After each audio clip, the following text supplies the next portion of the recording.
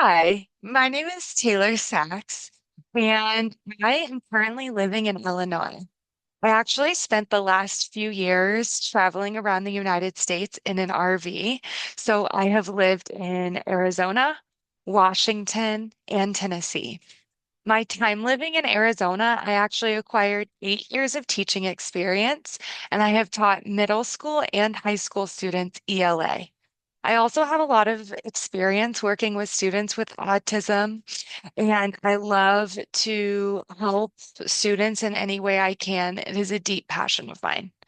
Outside of teaching and tutoring, I also love to do yoga. It's great for my mental health.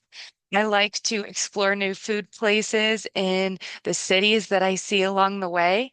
And I also really enjoy spending time in nature and spending time with my dog, Rosie. Thank you so much. It's really nice to meet you and your family, and I'm really excited to be learning together.